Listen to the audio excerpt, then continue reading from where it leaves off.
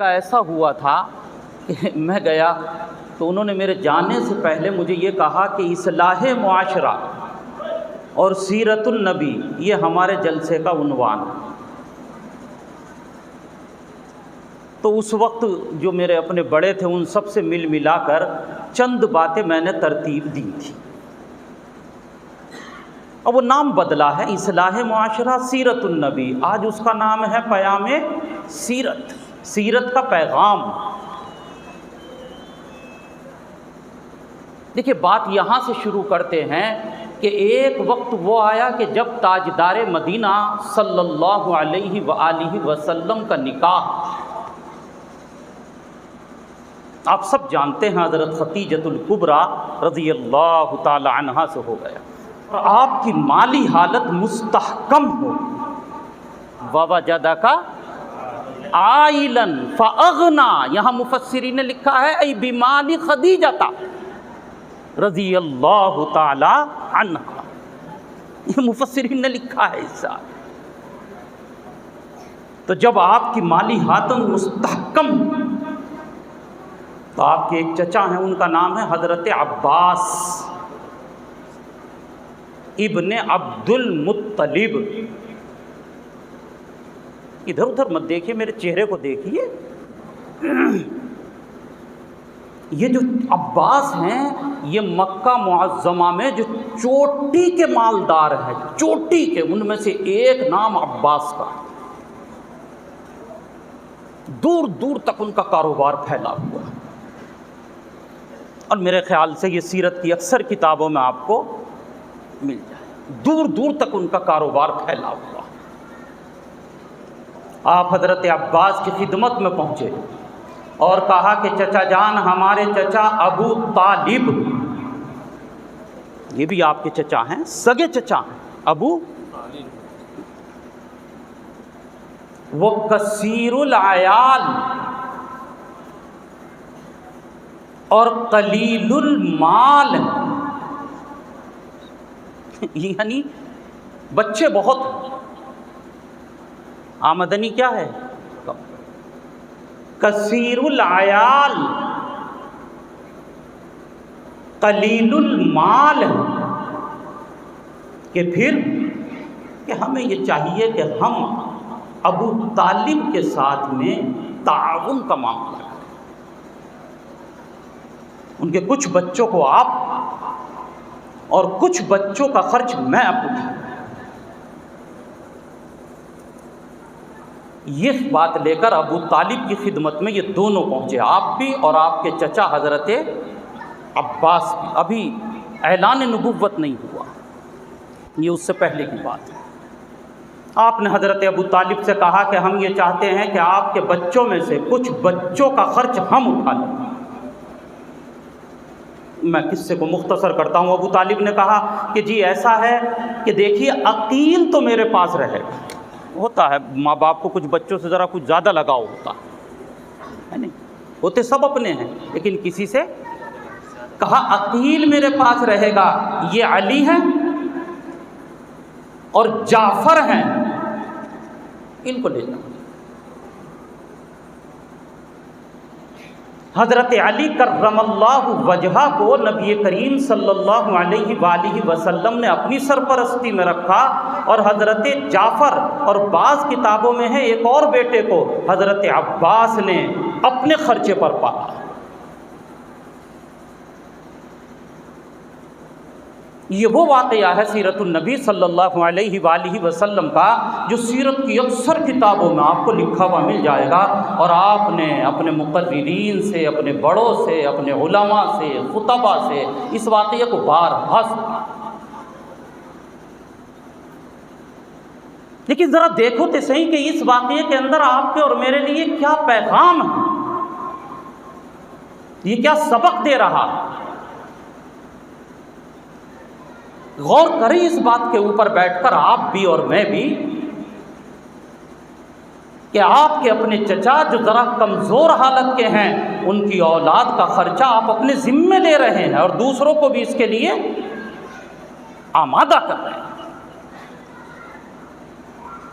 मैं ये समझता हूँ कि ये सीरतुन नबी का पैगाम क़याम सीरत, ये सीरतुन नबी का पैगाम खुदाए पाक की कसम पूरे तौर से कामयाब होगा अगर यहाँ बैठने वाला मेरा हर साथी दिल के अंदर ये तहिया लेकर उठे कि जैसे मेरे आका अलैहिस्सलातु वत्तस्लीम ने यह अमल किया है, हम में भी जो साहिब हैसियत हैं, हमारे दरमियान भी जो साहिब माल हैं, हमारे दरमियान भी जो लोग पैसे वाले हैं, वो देखें कि उनके ख़ानदान में कौन कमज़ोर है। उसके एक बच्चे को, दो बच्चे को अपने आप गोद ले लें, उसकी कफालत अपने जिम्मे ले लें।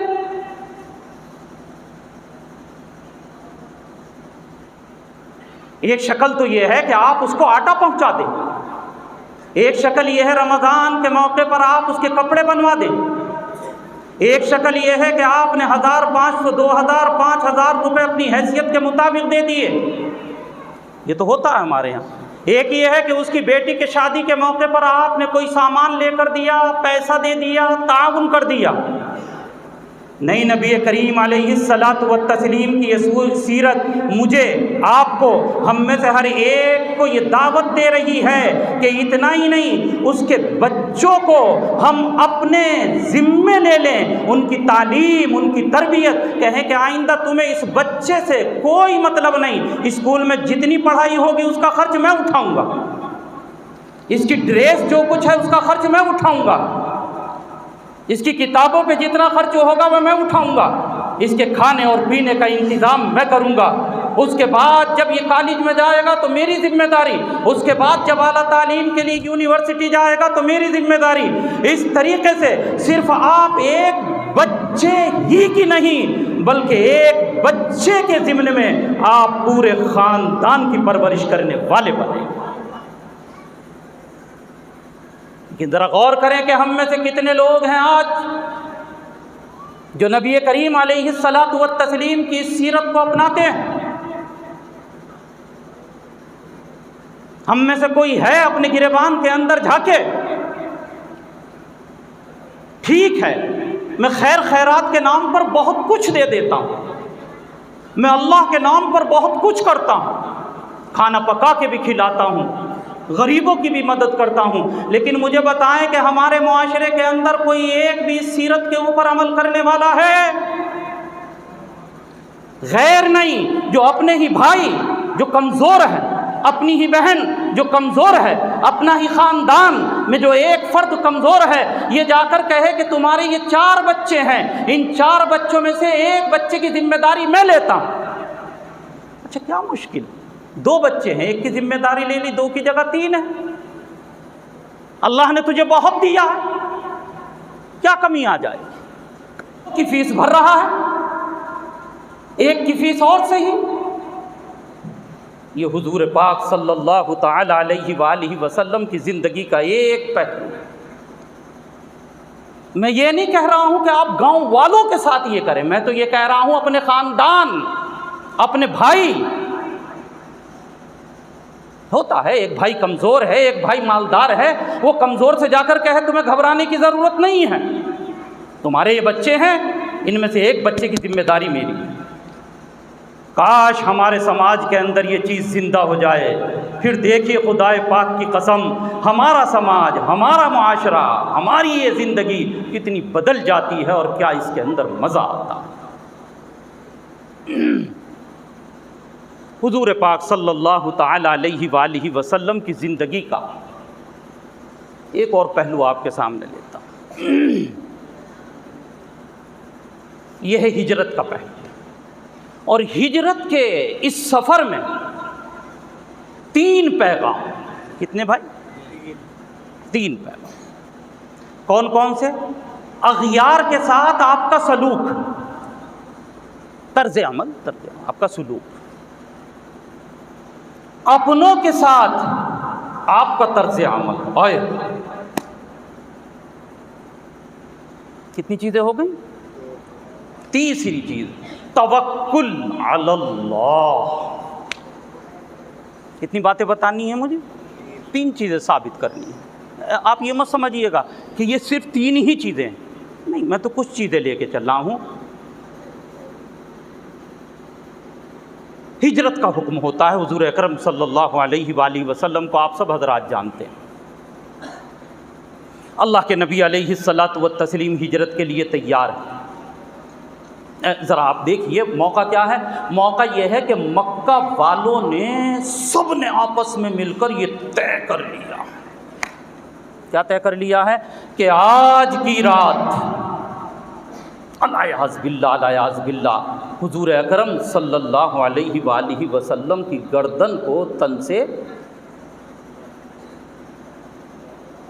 और हिजरत के मौके पर इस्लाम लाने वाले मुसलमान मर्द औरतों की तादाद तकरीबन पूरा ये नहीं है कि मेरे पास में बिल्कुल फहरिस्त बनी हुई है, तकरीबन 200, और 200 में से अक्सर जिम्मेदार किस्म के हजरात हिजरत करके मदीना मुनव्वरा जा चुके हैं। जो जिम्मेदार अफराद हैं वो सब कहाँ जा चुके हैं? हिजरत करके मदीना मुनव्वरा जा चुके हैं। अब हिजरत की रात आई, जरा तवज्जो फरमाइए। आप सफ़र के लिए तैयार हैं, मक्का वाले कत्ल के लिए तैयार हैं। वाह, आप सफ़र के लिए तैयार हैं, मक्का वाले कत्ल के लिए तैयार हैं। वो अपनी तलवारें हाथों में लिए हुए रसूल पाक अलैहिस्सलातु व तस्लीम के घर को चारों तरफ से घेरे हुए हैं, और आप सफ़र की ऊँटनी पर बैठकर मदीना मुनव्वरा की तरफ रवाना हुआ। लेकिन चलने से पहले आपने हज़रत अली कर्रमल्लाहु वजहा को बुलाया। ज़रा नोट करें एक बात, मैं इस वक्त किस उन्वान पर बोल रहा हूँ। आपका सुलूक, आपका तर्ज अमल अग़यार के साथ। आपने हज़रत अली को बुलाया और हज़रत अली को बुलाकर कहा कि अली तुम मेरे परवरदा, ये लोगों का सोना है, ये लोगों की चांदी है, ये लोगों के दराहिम हैं, ये लोगों के दीनार हैं, ये लोगों के जेवरात हैं जो बतौर अमानत मेरे पास रखे हुए हैं। अली, आज की रात तुम्हें ये तमाम अमानतें लेकर हमारे घर में रहना है, और सुबह फला को उसकी ये अमानतें वापस करके फिर हमारे पास मदीना मुनव्वरा चले आना। अब ज़रा तवज्जो देंगे। अग़यार हमारे साथ भी रहते हैं, बिरादरान वतन हिंदू कौम हमारे साथ भी रहती है। मुफ्ती साहब कहने की इजाज़त, ज़रा सा फैला के कह दूँ बात को। हमारे साथ भी रहती है। बसा औक़ात ऐसा होता है कि मेरी दुकान पे से वो सामान भी ख़रीदते हैं। बसा औक़ात ऐसा होता है कि खेत मेरा है, काम करने वाला गैर मुस्लिम। बसा औक़ात ऐसा होता है कि खेत गैर मुस्लिम का है, काम करने वाला मैं हूँ। बसा औक़ात ऐसा होता है कि कारोबार मेरा है, मुलाजिम गैर मुस्लिम है। कभी ऐसा भी होता है कि कारोबार गैर मुस्लिम का है और काम करने वाला आप तो बोल ही नहीं रहे, कुछ मुश्किल अल्फाज हैं क्या? काम करने वाला मैं हूँ, काम करने वाला मेरा तर्ज़ अमल क्या है? मेरा तर्ज़ अमल क्या है? आज हिंदुस्तान के अंदर घूम फिर के आप अगर गैर मुस्लिमों से अपने बारे में मालूम करना चाहें तो हर 3 में से 2 आदमी ये कहेंगे हमारा ये अमल है, हमारा ये किरदार है। क्या कि हर 2 में से 3 आदमी ये कहेंगे कि अपने घर पे किसी मुसलमान को मुलाजिम मत रखना, चूँकि ये काम चोर होगा। किसी मुसलमान को ठेका मत देना, इसलिए कि ये चोरी करता। मुफ्ती साहब बुरा तो नहीं मान रहे लोग हैं? किसी मुसलमान से सौदा मत लेना, इसलिए कि ये धोखा देता। और औरों को क्या धोखा देगा? एक ज़माने की बात है, एक टोपी लगाए हुए एक साहब मुझे दिखाई दिए, सेब बिक रहे थे जैसे आजकल, उसी ज़माने में। और मुझे सेब को जी चाह रहा था, मैंने गाड़ी रोकी, मैं उतरा, मैंने कहा अस्सलाम वालेकुम। वालेकुम अस्सलाम। मैंने कहा सेब क्या भाव है? तो उस वक्त में सेब थे, उसने कहा 25 रुपये किलो। मैंने कहा भाई देखो 25 की जगह 26 देना, लेकिन मुझे सेब जो चाहिए वो ऐसा चाहिए ना तो बहुत छोटा हो ना बहुत बड़ा हो, इसलिए कि जो ज़्यादा बड़ा हो गया उसकी तो हवा निकल गई। तकब्बुर आता है तो हवा ख़त्म हो जाती। ना ज़्यादा बड़ा हो, फिर रसीला हो। कैसा हो? मीठा हो। कहने लगा मौलवी साहब ऐसा ही दूंगा, मैंने कहा खुद चढ़ा दो। 1 किलो पे मेरी याद नहीं रहा 4 चढ़े या 5 चढ़े। मैंने उसे पैसे दिए, पैसे देकर सेब अपने हाथ में लिए और घर पर आया और रात हो गई थी, मैंने रख दिए निकाल के। अब सुबह को फजर की नमाज के बाद जो खाने के लिए उठाया तो अगर 4 थे तो उनमें से 3 और अगर 5 थे तो उनमें से 4 दाग वाले, 1 सही था।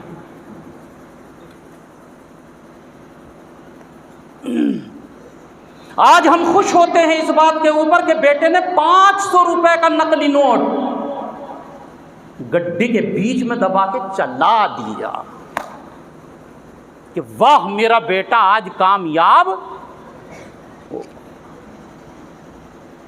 जरा गियार के साथ, गैरों के साथ ताजदारे मदीना सल्लल्लाहु अलैहि वसल्लम का तर्ज अमल देखें और इस पैगाम को यहाँ से लेकर उठें कि वो तबका है जो आपके खून का प्यासा है, जिनकी तलवारें आज आपकी गर्दन को तलाश कर रही हैं, लेकिन मेरे आका की अमानत, मेरे आका की दयानत, मेरे आका की सदाकत, मेरे आका की सच्चाई, उनके ऊपर उन्हें इतना इत्मीनान है कि पूरे मक्का मुअज्जमा में अगर उन्हें किसी का घर ऐसा नजर आया जहां पर उनका माल महफूज रहेगा तो वो अबू सुफियान का घर ना था, वो अबू लहब का घर ना था, वो अबू जहल का घर ना था, वो अतबा शैबा का घर ना था, वो उमैया का घर ना था, बल्कि अगर था तो मेरे और आपके प्यारे नबी ताजदारे मदीना सल्लल्लाहु अलैहि वसल्लम का घर था।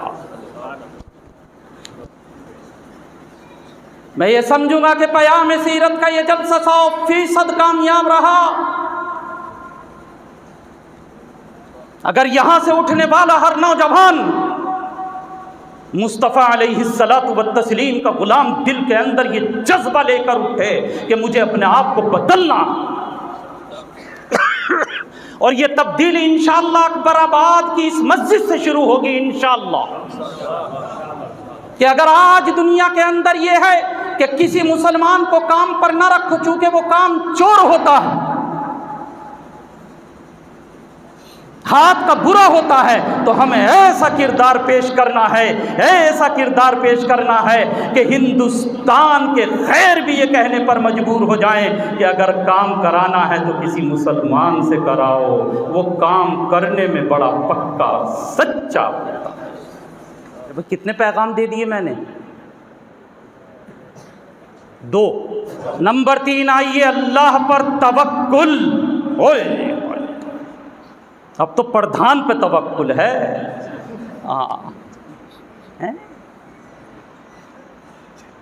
ठेकेदार पे तवक्कुल है।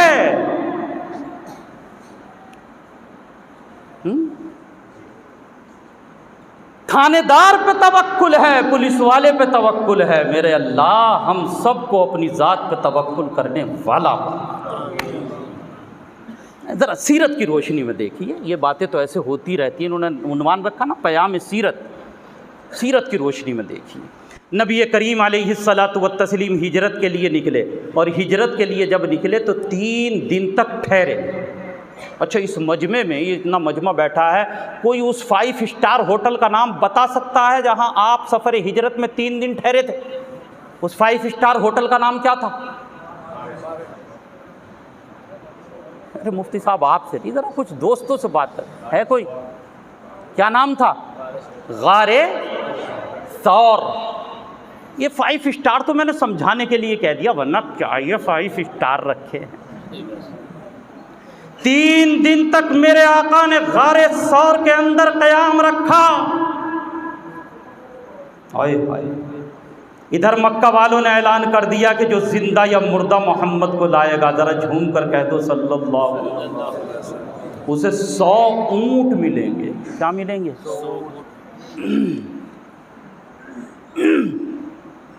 अब ये तलवारें ले लेकर अपने अपने फौजियों को ले लेकर निकल गए तलाश करने के लिए। शक्ल ये है कि आक़ाए मदनी अलैहिस्सलातु वत्तस्लीम सिद्दीक़ अकबर की रान पर अपना सर रखे हुए आराम फरमा है और सिद्दीक़ अकबर बैठे हुए हैं। और जो गार के सुराख है ना, सुराख तो निशानात कदम देखते, हालांकि हज़रत अबू बकर सिद्दीक़ ने आपको गार के अंदर दाखिल करके निशानात कदम मिटा दिए थे, लेकिन मक्का वाले भी मक्का वाले थे, हैं? सूंघ लिया करते थे, सूंघ लिया करते थे, है नहीं। हमें तो आज बिरयानी की खुशबू नहीं आती, उन्हें कदमों की खुशबू आया करती। सूंघ कर पहुंच गए। आप नीचे ऐसे ऊपर गौर के चक्कर लगा रहे हैं, तलवारें नंगी हाथ में हैं, आप हैं, सिद्दीक़ अकबर हैं। सिद्दीक़ अकबर कांपने लगे, हाय, सिद्दीक़ अकबर कांपने लगे। मेरे आका अलैहिस्सलातु वत्तस्लीम ने फरमाया कि अबू बकर, क्या बात है, अबू बकर कांप रहे हैं, कह रहे हैं या रसूल अल्लाह, अगर इन मक्का वालों ने पूरी फौज की फौज आई हुई है, हमें देख लिया तो आज बच, अरे बोल, नहीं सकेंगे। मुझे दिखाओ खुदाए पाक की कसम, कोई बड़े से बड़ा कायद, कोई बड़े से बड़ा जंगजू, कोई बड़े से बड़ा बहादुर, कोई बड़े से बड़ा शजा, कोई बड़े से बड़ा राजा महाराजा, कोई बड़े से बड़ा अपने वक्त का नामवर कोई है जिसके अंदर इस कदर पुख्तगी हो।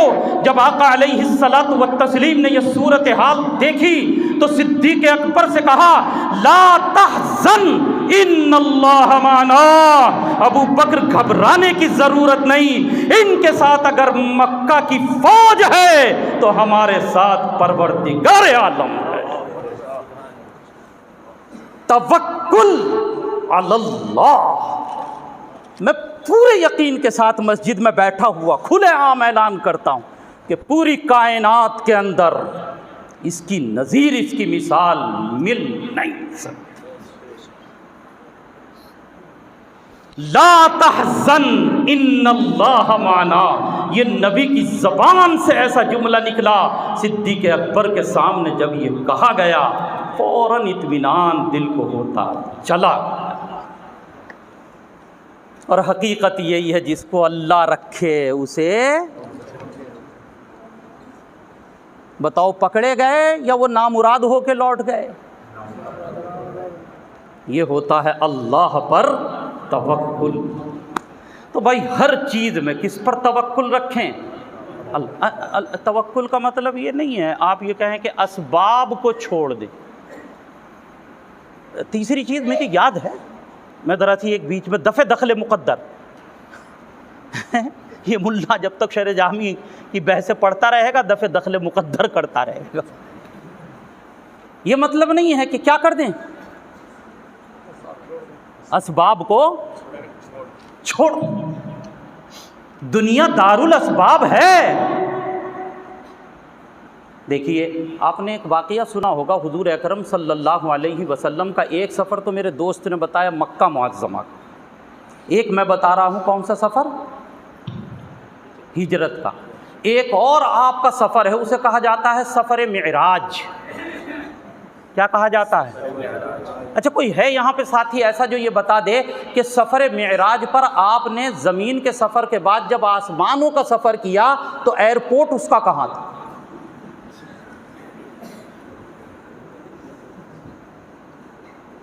अरे भाई आपको अगर हवाई जहाज़ से जाना है तो एयरपोर्ट पर जाएंगे नहीं जाएंगे पहले हैं? तो मक्का में एयरपोर्ट उस वक्त भी नहीं था, आज भी नहीं। मक्का में एयरपोर्ट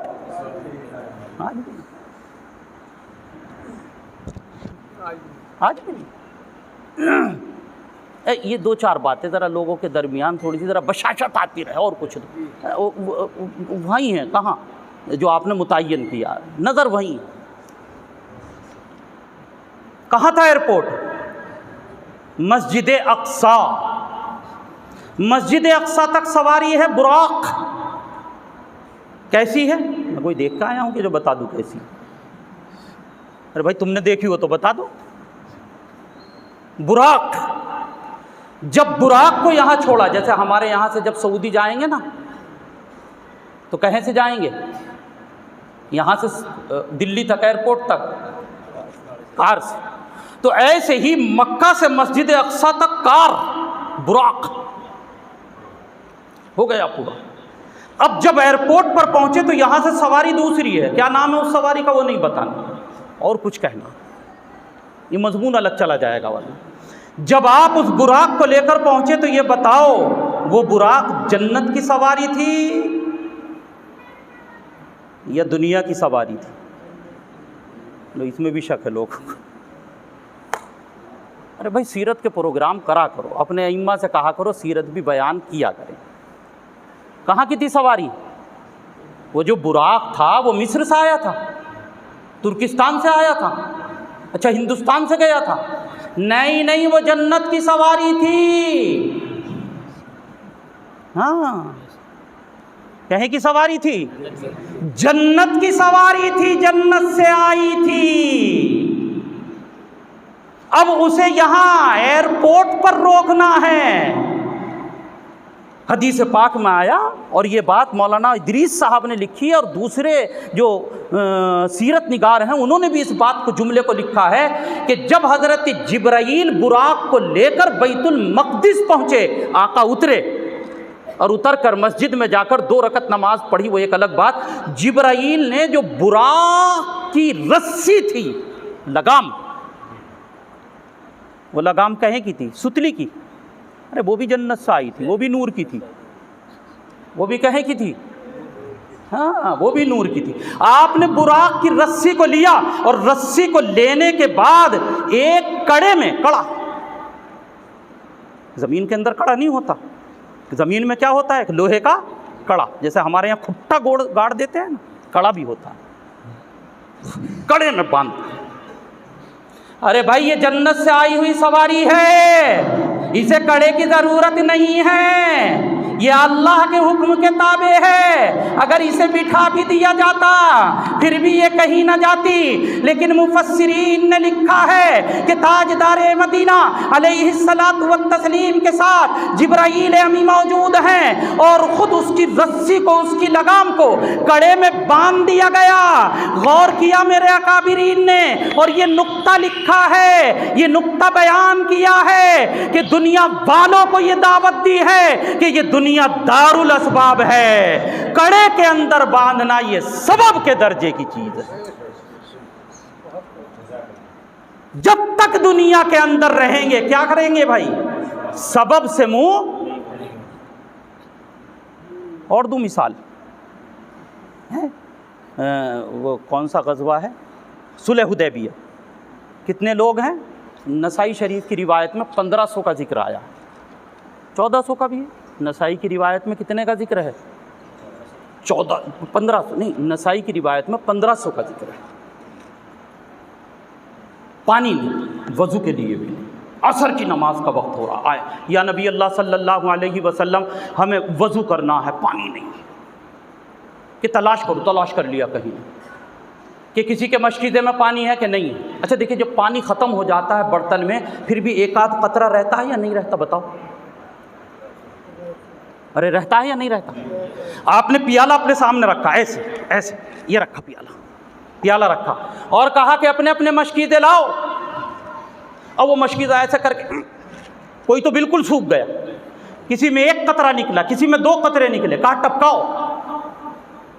क्या करो? और वो टपका के आधा पियाला हुआ, पौना पियाला हुआ, मुझे भी नहीं पता, इसलिए कि मैं था नहीं, अगर होता तो ज़रूर बताता तुम्हें।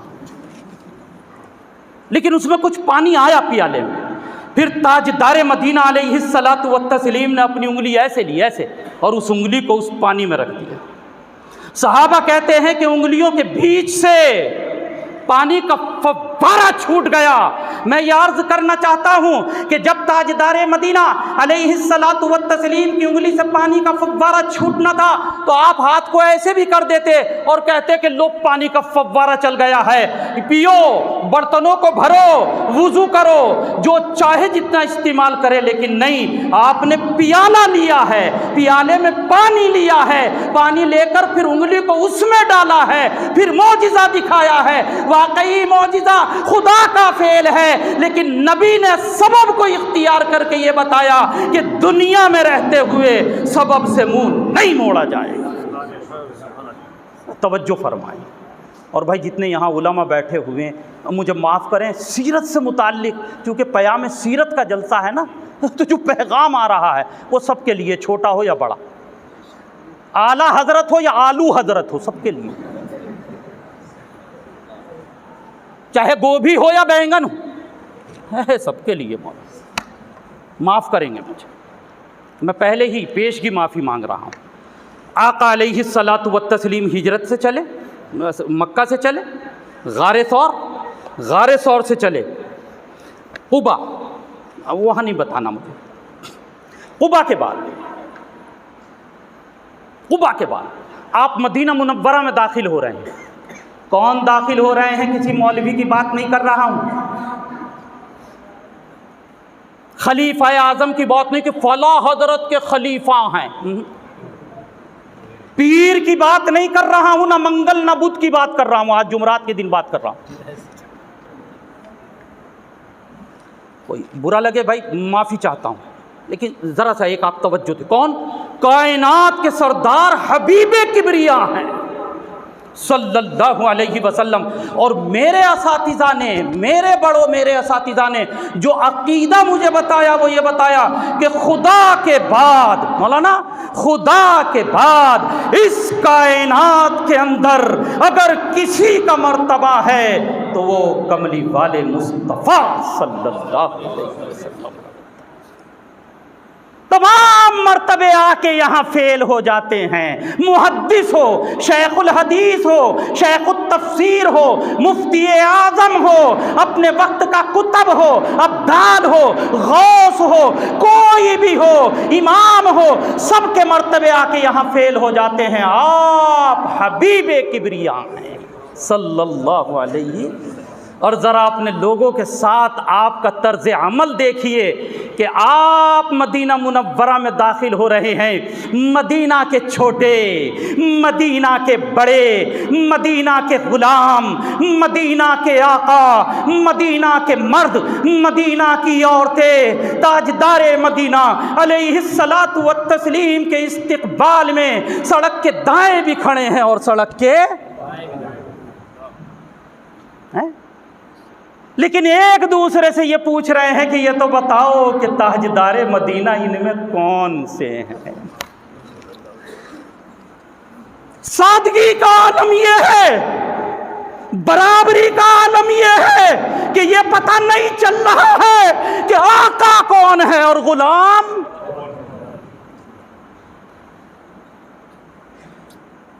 तो अल्लाह ताला मौलाना मेरी रूह कांप जाती है जब मैं देखता हूँ 8-10 इधर 8-10 इधर। लोग सोचते हैं पता नहीं क्या आफत आ गई, पूरा जलसा बर्बाद हो जाता है। पूरा स्टेज पर लोगों में बैठे लोग सोचते हैं पता नहीं कहां से आफत नाजिल हो गई, क्या हो गया।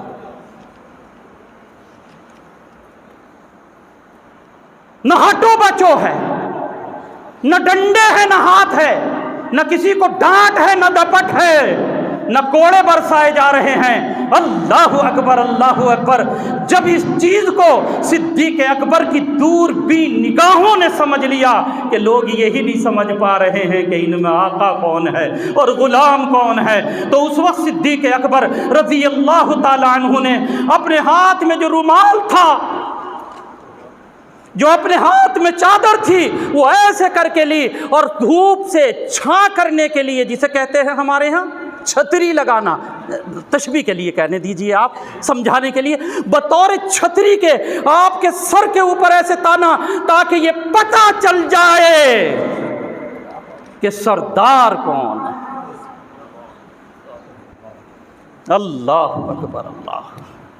मेरा मौला इस तरीके से मुझे और आपको ज़िंदगी गुजारने वाला बनाए। आप कहेंगे मौलवी साहब ने आधी बात बताई, फला हदीस की किताब में है कि आप चौकी पर बैठा करते थे। ये जब था जब सहाबा की मजमा कसीर हो गए, तो सहाबा ने कहा या रसूल अल्लाह, आप भी बैठते हैं, हम भी आपके साथ बैठते हैं। अब जो पीछे वाले हैं वो ऐसे उठ उठ के देखते, ऐसे उठ उठ के देखते। तो जब आपके लिए क्या बनाई गई थी? बैठने के लिए चौकी। अच्छा, जब ये बात चल गई तो एक बात और अर्ज करूं चलते चलते। भाई याद तो है ना, हिजरत का पहला पैगाम क्या मिला? गैरों के साथ हमारा सुलूक ऐसा। दूसरा क्या मिला? तवक्कुल। उसी के बीच में एक और बात अल्लाह ने जहन में डाल दी, ये है कि दुनिया में सबक से मुंह नहीं। और तीसरा सबक क्या मिला? तीसरा सबक क्या मिला? तीसरा सबक इसी हिजरत से मिला कि अपने लोगों के साथ ऐसा मामला कि बिल्कुल बराबरी, किसी को ये पता ही ना चले कि इसमें नेता कौन है और प्रजा कौन है, कि ये बड़ी बिरादरी है, ये छोटी बिरादरी है। इस्लाम का नज़रिया नहीं, गैरों का नज़रिया है। इस्लाम का नज़रिया तो ये था कि एक ही सफ में खड़े हो गए महमूद व अयाज, ना कोई बंदा रहा और ना कोई। कितना ही बड़े से बड़ा आदमी हो, जब इमाम अल्लाहु अकबर कहेगा तो सफ में वहीं आके खड़ा होगा या अलग? यह है मुसावात, जिसको सारी दुनिया नारा लगाता रहती है। मुसावात, बराबरी, सबको बराबरी। नहीं, कहना अलग है, करना। आप सल्लल्लाहु अलैहि वसल्लम को अल्लाह ताला ने एक हुक्म दिया, जहन में अल्लाह ने बात डाली, ये भी अर्ज करता चल। क्या कहा? वंज़िर अशीरतकल अक़रबीन। ए नबी जी सल्लल्लाहु अलैहि वसल्लम, अपने करीबी लोगों को डराइए।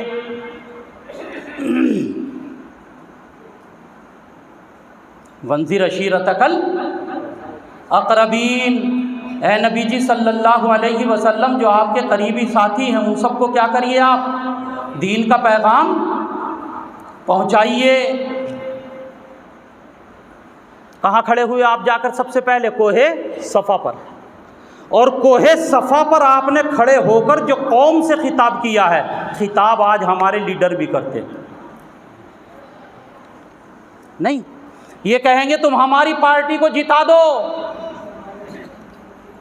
हम घर घर के अंदर नल लगवा देंगे, हिंदुस्तान से गरीबी ख़त्म हो या ना हो लेकिन गरीबों को ज़रूर मिटा देंगे। भाई डायलॉग हर एक के पास होता है, डायलॉग, एक से एक बढ़ के डायलॉग। लेकिन आप जरा देखिए कि आप पहले नंबर पर दावत देने के लिए खड़े हुए हैं।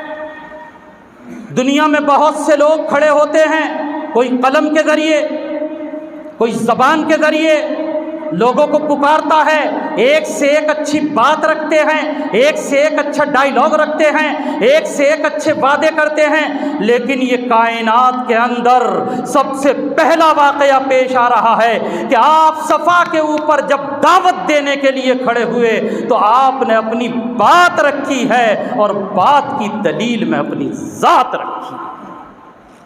क्या रखी है? अपनी ज़ात रखी है, किरदार। क्या रखा है? अपना ज़ात, अपना किरदार है कि ओ लोगों, मेरी 40 साल से ज़्यादा ज़िंदगी तुम्हारे दरमियान में गुजर चुकी है, मेरा बचपन तुम्हारे दरमियान में गुजरा, मेरी जवानी तुम्हारे दरमियान में गुजरी, मैंने नौकरी तुम्हारे दरमियान में की, मैंने तिजारत तुम्हारे दरमियान में की, मैं लेन देन तुम्हारे दरमियान में करता रहा। और ये एक दिन नहीं, 2 दिन नहीं, 10 दिन नहीं, बल्कि 40 साल से ज़्यादा अरसा गुजर चुका है। बताओ, आज तक तुमने मेरे कौल, मेरे किरदार के अंदर कोई झोल देखा है? मुफस्सिरीन ने लिखा है कि जितने लोग खड़े हुए थे सब ने बैक ज़बान कहा कि नहीं, हमने हर मामले में आपको सादिक पाया है, अमीन पाया, सच्चा पाया है, अमानतदार पाया। आपने और आगे बढ़े और क्या कहा? यानी जंग का कोई मौका ही नहीं है उस वक्त। आपने कहा कि जिस पहाड़ी के ऊपर मैं खड़ा हूं, अगर मैं ये कहूं कि इस पहाड़ी के पीछे से एक फौज तुम्हारे ऊपर हमला करने वाली है तो बताओ तुम सच मानोगे या झूठ? इन सामने वालों ने कहा था कि या नबी अल्लाह, हमने आपको कभी झूठ बोलते हुए नहीं देखा, हम यही समझेंगे कि हमारी निगाहें तो धोखा खा सकती हैं, आपकी ज़बान झूठ। ये एक वाहिद मिसाल है जहां आपने अपनी बात की दलील में अपनी ज़ात को पेश किया। दलील में अपने किरदार को पेश किया। ये हमें दावत देता है इस बात की कि जब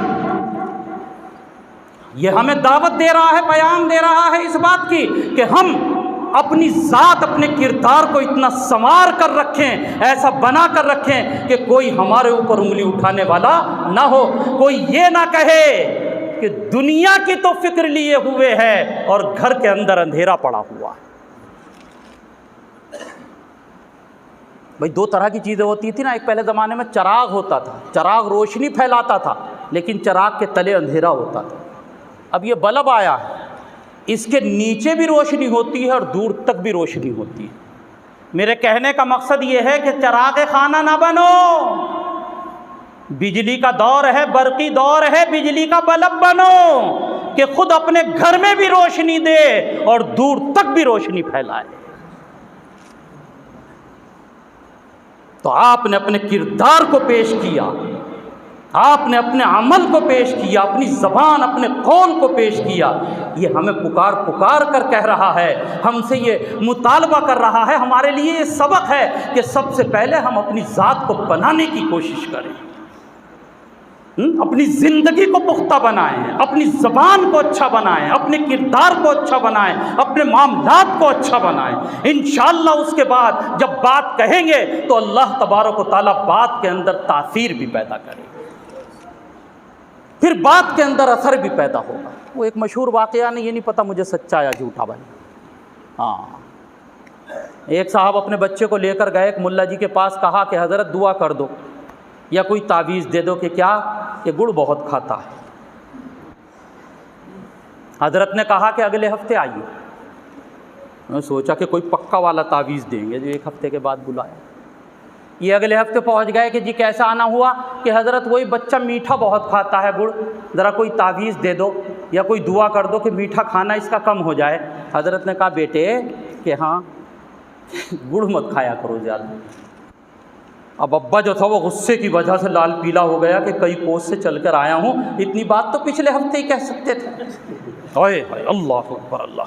उस अल्लाह वाले ने कहा कि असल में पिछले हफ्ते मैंने इसलिए नहीं कहा था कि गुड़ मैं भी बहुत खाता था। जब आदमी की ज़िंदगी के अंदर खुद अमल होगा, फिर उसके बाद देखना उसकी बात के अंदर खुद असर होगा। यही वजह है कि जब हज़रत खदीजा रज़ी अल्लाह ताला अन्हा के पास पहली वही के बाद आप आए ना, बुखारी शरीफ किताबुल वही के अंदर ये रिवायत है, और आपने कहा कि खदीजा मैं हलाक हो जाऊंगा, अब नहीं बचूंगा, तो हज़रत खदीजा ने क्या कहा था, ला वल्लाहि मा युहज़ीकल्लाहु अबदा इन्नका लतसिलुर रहीम व तक्सिबुल मादूम व तहमिलुल कल्ला व तक़रिज़ ज़ईफ़ व तुईनु अला नवाइबिल हक़ रवाहुल बुखारी। हज़रत खदीजा रज़ी अल्लाह ताला अन्हा ने फरमाया कि या रसूल अल्लाह, अल्लाह तबारक व तआला आपको दुनिया वालों के सामने रुस्वा ज़लील नाकाम नहीं करेंगे। क्यों? देखिए आपकी सिफात, बीवी बीवी सबसे बड़ी राजदार इंसान की कौन होती है? बाहर तो चाहे कुछ भी कहे, हज़रत क्या बीवी को पता कि तहज्जुद पढ़ता है या पढ़ा सोता है, उसे सब पता है।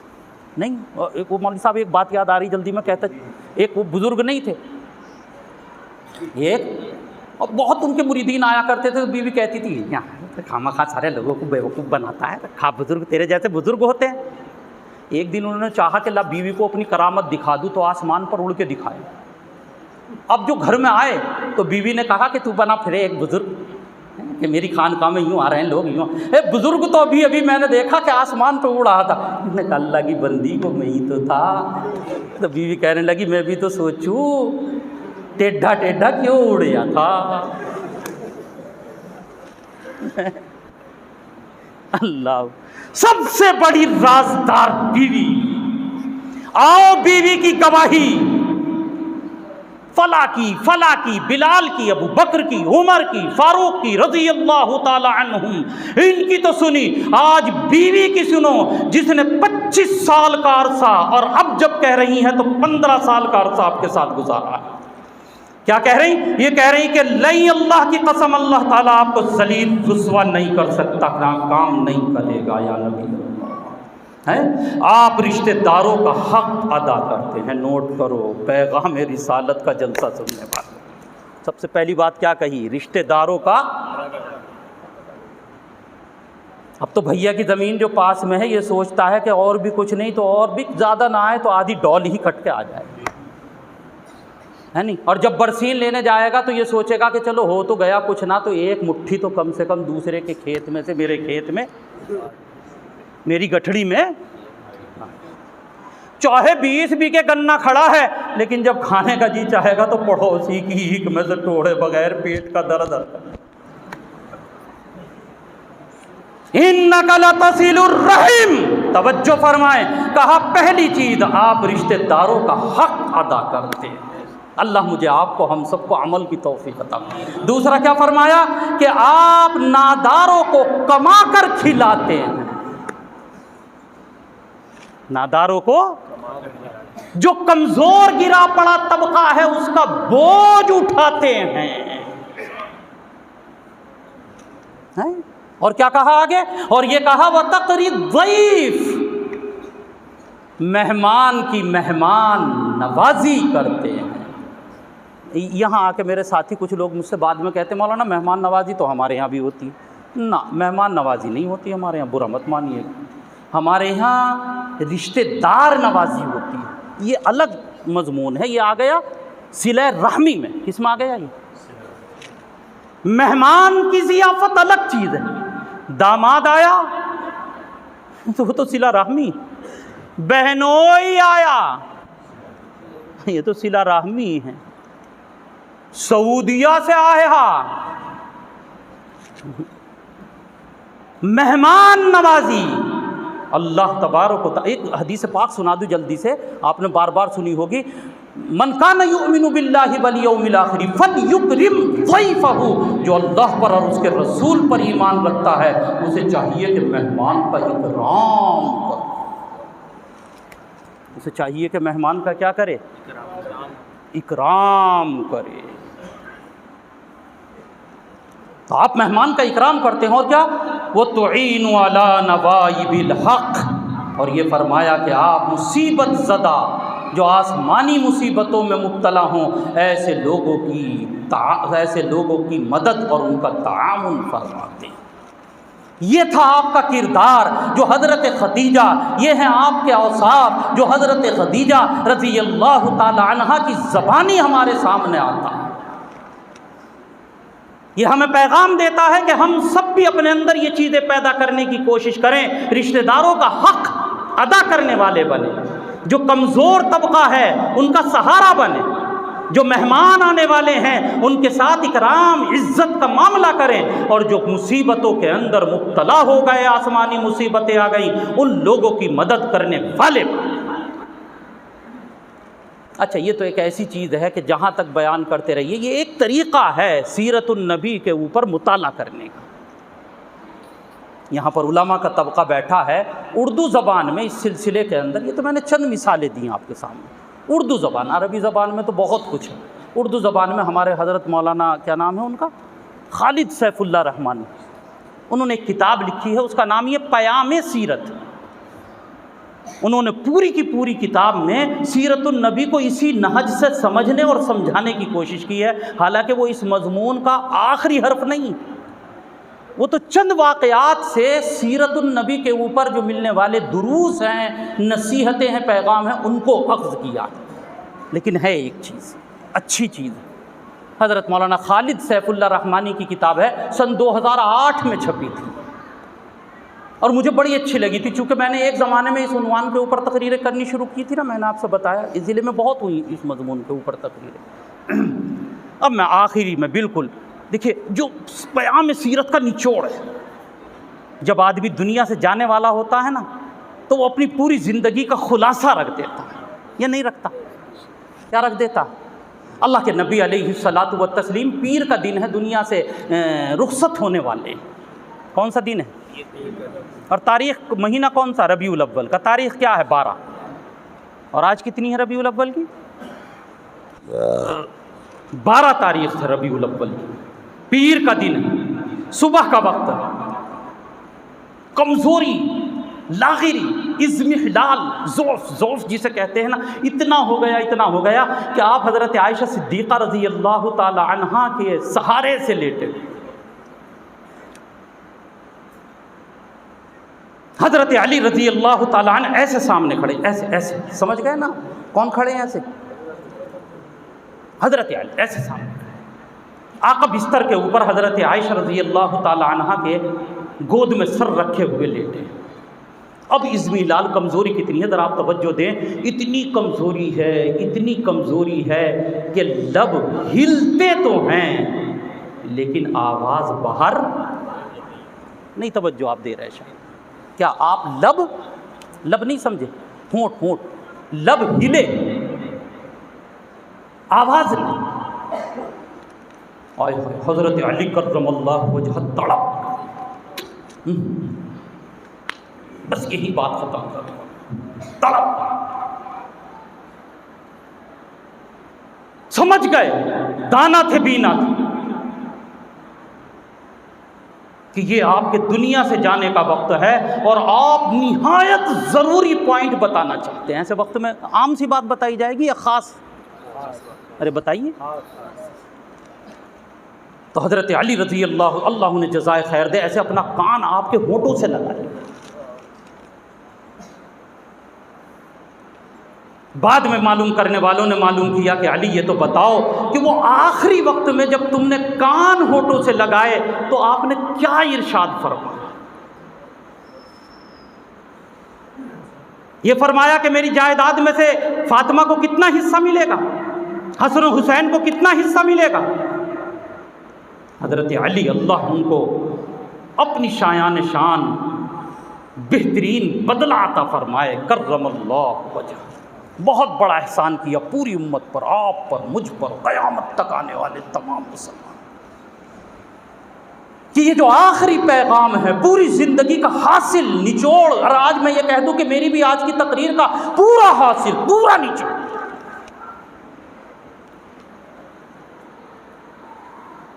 हज़रत अली कहने लगे कि हाँ मैंने कान लगाए थे। कि क्या सुना अली तुमने? कि आका अलैहिस्सलातु व तस्लीम ने 3 बातें कही थी। कितनी बातें? लेकिन तीसरी नहीं बताऊंगा, इसलिए कि वो ज़रा एक अलग मजमून चला जाएगा। 2 बातें कहा कि आपने 2 बातें ये बताई कि अस्सलाह वमा मलकत ऐमानुकुम। मौलाना आवाम के लिए तर्जमे की इजाज़त चाहता हूँ। आपने कहा कि देखो लोगों मैं दुनिया से जा रहा हूँ, बस इसके बाद एक जुमला और कहा था और फिर आप उसके बाद आपने कोई जुमला नहीं कहा। आप अल्लाह के दरबार में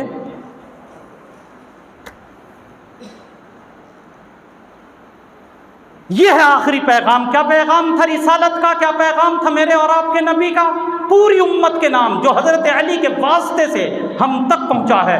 और कसम खुदा की खा के कहता हूं, अली से सच्चा कोई नहीं। उनकी सदाकत, उनकी अदालत के अंदर रब्बे काबा की कसम किसी ईमान वाले को शक नहीं। कहा कि आपने एक पैगाम ये दिया था कि अस्सलाह, ए मेरी उम्मत, नमाज की पाबंदी, नमाज की पाबंदी। ये मंसूब है, सला फेल महजूफ होगा इससे पहले।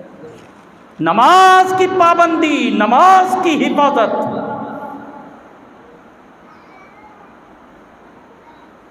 क़याम सीरत का जलसा करने वालों, मैं ये समझूंगा कि आपका बैठना, मेरा आना, कहना, सुनना सब कामयाब है अगर हम में से हर आदमी यहाँ से तहिया करके उठे कि इंशाअल्लाह सुम्मा इंशाअल्लाह हर हालत के अंदर नमाज को कभी नहीं छोड़ेंगे इंशाअल्लाह।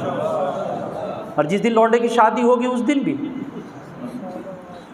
है इंशाअल्लाह। और जब मेरी शादी होगी तो उस दिन भी नौजवान साथी बैठे हुए इंशाअल्लाह। ये पहला आपकी, ये पहली चीज़ थी 2 में से। दूसरी चीज़ क्या कहा? वमा मलकत ऐमानुकुम, इसका वसी मफहूम करके, क्या कि अपने जो मातहत लोग हैं उनका ख्याल रखा। भाई मातहत कौन होता है? उस ज़माने में ग़ुलाम बांदियाँ थी, तो मुफस्सिरीन ने जिसने देखो वो ग़ुलाम बांदी शुरा ने लिखा। मातहत का तो मफहूम बहुत वसी है। भाई जो हमारे खेत में काम कर रहा है वो भी मातहत, जो मेरी गाड़ी का ड्राइवर है वो भी मातहत, जो मेरे घर का मुलाजिम है वो भी मातहत। भरी दोपहर में भेजकर बकरे का गोश्त तो मंगा लिया, उससे कोफ्तों का गोश्त भी मंगा लिया, कीमा भी मंगा लिया, आलू डालने के लिए मंगा लिए, सब कुछ उससे मंगा लिया। अरे अल्लाह के बंदे, जब पक्का था तो थोड़ा सा एक आध लुकमा उसे भी खिला देता, वरना कम से कम होना तो ये चाहिए था कि जिस दस्तरखान पर बैठकर तू खा रहा है उसी दस्तरखान पर अपने गुलाम को भी बिठा। एक सहाबी आते हैं, कहते हैं कि मैं इस हाल में नबी करीम अलैहिस्सलातु वत्तस्लीम की खिदमत में पहुंचा कि आपके सामने दस्तरखान बिछा हुआ है, सहरी का वक्त है और एक प्लेट रखी हुई है, एक तरफ आप बैठे हैं और दूसरी तरफ आपके गुलाम हजरत बिलाल हबशी बैठे हैं, दोनों एक ही प्लेट में खा रहे हैं। कम से कम, कम अज कम, कभी एक मर्तबा पूरी जिंदगी में एक मर्तबा सुन्नत समझते हुए अपने ड्राइवर को, अपने घर के मुलाजिम को अपने दस्तरखान पर बिठा के खिला लेना, और कल जब कयामत का दिन हो तो दामन पकड़ के कहना कि या रसूल अल्लाह, एक मजनू दीवाना मुरादाबाद से आया था, जब उसने ये सुन्नत बताई तो मैंने भी सुन्नत के ऊपर अमल किया था। तो बड़ा अजीब सा लगता है, खुद उतरा और भागा चला गया, ड्राइवर को यहाँ बैठा गया। कोई बहुत ही करता 50 का नोट ले खा लिए ऐसा थोबड़ा बनाकर, और कसम खुदा की जो उसने होटल में बैठ के खाया है ना, बेबर्बाद इतना गया कि इस जैसे 2 ड्राइवरों का पेट भर जाता। ये ईमान वाले की शान। तो दूसरा क्या पैगाम था? वमा मलकत ऐमानुकुम, जो तुम्हारे मातहत हैं। और मातहतों के अंदर भाई बीवी बच्चे भी आते हैं, तो बीवी बच्चों के साथ भी अच्छा सलूक करेंगे इंशाअल्लाह, बीवी बच्चों के साथ भी अच्छा सलूक करेंगे इंशाअल्लाह। तो आपने ये हुक्म दिया कि मातहतों के हुकूक की रियायत करना, उनके साथ अच्छा सलूक करना। अगर उनसे कोई गड़बड़ हो जाए, कोई ऊंच नीच हो जाए तो नज़रअंदाज कर, इसलिए कि इंतकाम ये नबी का पैगाम नहीं है। नबी का पैगाम क्या है? दुआ नहीं। चलो चलते चलते ये भी साबित करता जाऊं, क्या है नबी का पैगाम? इंतकाम नहीं। और क्या है? देखिए, इब्तिदाए नबुव्वत में सबसे ज़्यादा इस्लाम की दुश्मनी में जो सफ़े अव्वल के लोग थे वो कौन थे आप जानते हैं? 2 आदमी। अब कब तक आपको रुक रुक के बताता रहूँगा। 2 आदमी, एक का नाम था उमर इब्ने खत्ताब और दूसरे का नाम था अमर इब्ने हिशाम अबू जहल। ये दोनों सफ़े अव्वल के आदमी थे और ये इस्लाम दुश्मनी में सबसे मशहूर, सबसे आगे रहते थे, और जो मुसलमान हो जाता उसके ऊपर हर तरह का जुल्म और सितम को ये जायज़ और रवा समझा करते थे। लेकिन मेरे आका अलैहिस्सलातु वत्तस्लीम ने ईमानदारी की बात बताना, आपने तो 10 हज़ारों मरतबा ये वाक़या सुना होगा, क्या इन दोनों के लिए बैठकर बद्दुआ की थी? हैं? अब तो हमारा मौलवी बद्दुआ कर, अल्लाह बेड़ा गर्क हो जाए। अरे कहाँ चली गई सीरत है? मुझसे भी लोग कहते हैं मेरी मस्जिद में कि बद्दुआ कराइए, यानी कि नबी का पैगाम बद्दुआ नहीं है, इंतकाम नहीं है। आपने ये नहीं कहा कि अल्लाह हलाक कर दे, आपने कहा कि अल्लाह इन दोनों में से जो महबूब है उसको तू इस्लाम के लिए कबूल कर। लोग समझते नहीं, कहते हैं कि उमर जैसा दुश्मन जो कत्ल करने के लिए चला था, खून का पियासा था, वो आपके ऊपर खून बहाने वाला क्यों बन गया? अरे मेरे मुस्तफ़ा की दुआ के सदक़े में बन गया सल्लल्लाहु अलैहि। मेरा बेटा भी कभी ऐसा होता है कि मेरे मिजाज के खिलाफ काम कर रहा है, नोट फरमाएं आप,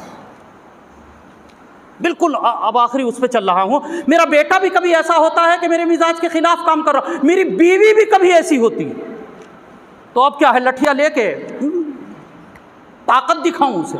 नहीं, ये नबी की सीरत नहीं, ये पैगाम गाली बकूं अब्बा के नाम, माँ के नाम, इसके नाम, उसके नाम, बद्दुआएं करूं, शिकायतें करता फिरूं, चाय के होटल पर बैठूं वहां शिकायत, चौपाल में जाकर बैठूं वहां शिकायत, रिश्तेदारों में जाकर बैठूं वहां शिकायत, पूरे की पूरी बिरादरी को जमा करूंगा, सबके सामने रखूंगा बात। अरे ये नबी की सीरत? अल्लाह तुझे और मुझे समझ की तौफीक अता फरमाए। इसको गुलाम मुस्तफ़ा कहते हैं। ये तरीक़ा तो अबू लहब, अबू जहल का, ये कमली वाले अलैहिस्सलातु व तस्लीम का तरीक़ा भरी मजलिस के अंदर बीवी को जलील कर रहा है, बीवी के घर वालों को जलील कर रहा है, जगह जगह बैठकर बेटे को, अपने बच्चों को, बेटे की बीवी को बुरा भला कहता फिर रहा है। ये नबी का किरदार नहीं है, ये दुश्मनाना नबी का किरदार है। नबी का किरदार क्या है? दुआ। ज़रा कभी दुआ मांग के तो देखना सच्चे दिल से। मैंने तो ये पढ़ा है कि सबसे जल्दी जो दुआ कबूल होती है वो माँ बाप की दुआ औलाद के हक़ में कबूल होती है। ज़रा मांगो तो सही कर। तो एक आखिरी बात ये भी निकल कर आई कि भाई नबी की सीरत का पैगाम इंतकाम नहीं, बद्दुआ नहीं, क्या है? उमर जैसा आदमी गुलामी में आया, किसके सदक़े में आया? बद्दुआ के, इंतकाम के? दुआओं का करिश्मा था। किसका करिश्मा था?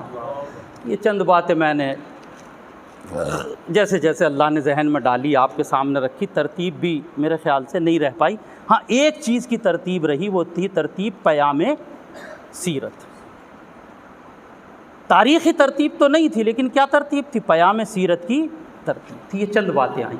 ये एक तरीक़ा है, ऐसे भी सीरतुन नबी को समझना चाहिए, ऐसे भी सीरतुन नबी का मुताला करना चाहिए। इसमें अरबी के अंदर भी किताबें हैं, उर्दू में भी एक किताब है, मैंने आपके सामने रखी, आप हज़रात उसको हासिल कर सकते हैं। सन 2008 में वो किताब छपी थी। मुख्तलिफ कुतुब, ज़्यादा मोटी भी नहीं है, ऐसे 200-250 सफ़े की किताब है। अल्लाह मुझे आपको, हम सबको अमल की समझ की तौफ़ीक़ अता फ़रमाए।